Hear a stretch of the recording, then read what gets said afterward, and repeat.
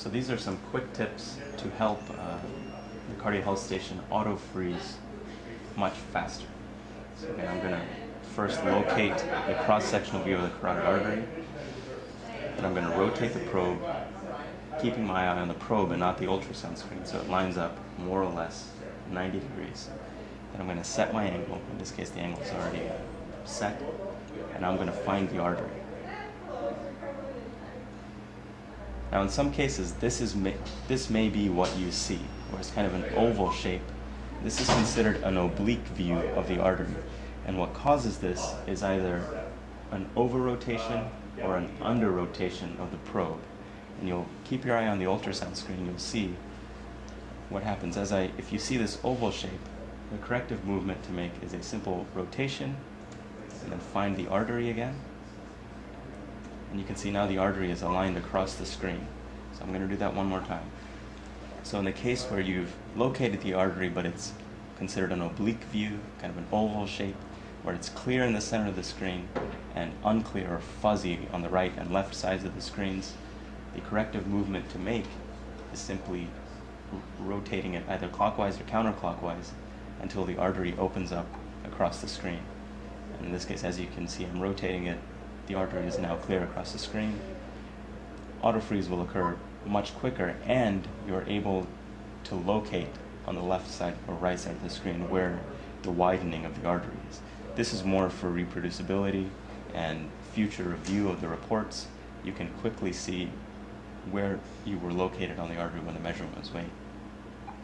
Whereas if you have an oblique view of the vessel, although you may know you were in the correct spot, on future review, it's unclear as to how high or low on the vessel you were.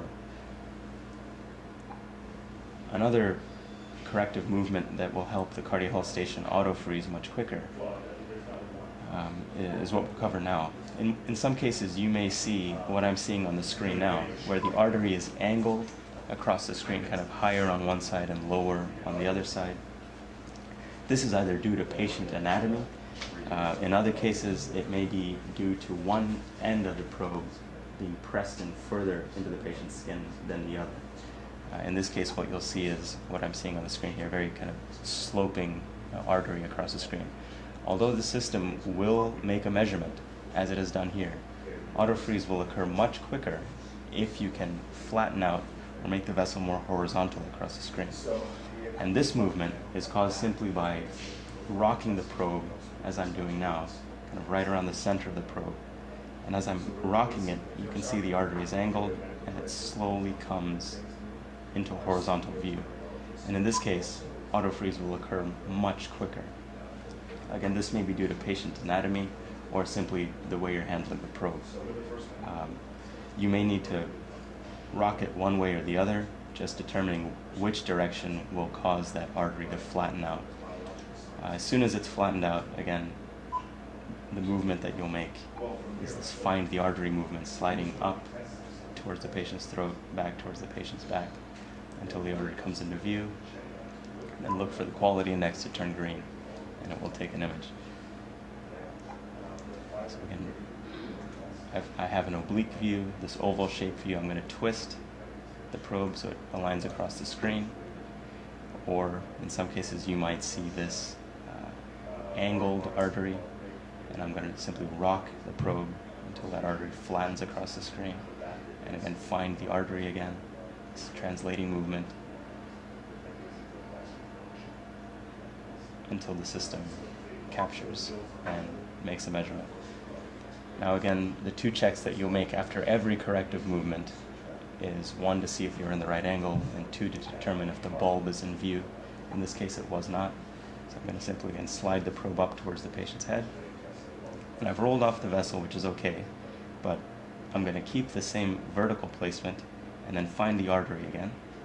And now I can take a reference, make a corrective movement, find the artery again, get my bearings, make a corrective movement, find the artery again, and now you can see the bulb on the left side of the screen.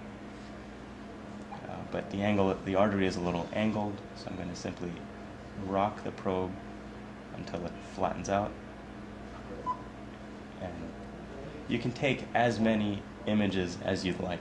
But the last image that you choose, as the operator, you have the determining factor for quality. So in this case, I do like this image. The artery is nice and flat. I can see it all the way from the right to the left of the screen, and my angle is correct, and that dotted line is in the bulb of the artery. This is the image that I would choose. And simply moving on to the next measurement or back to the main study page will keep that image in memory. All right, man. All right. That was it.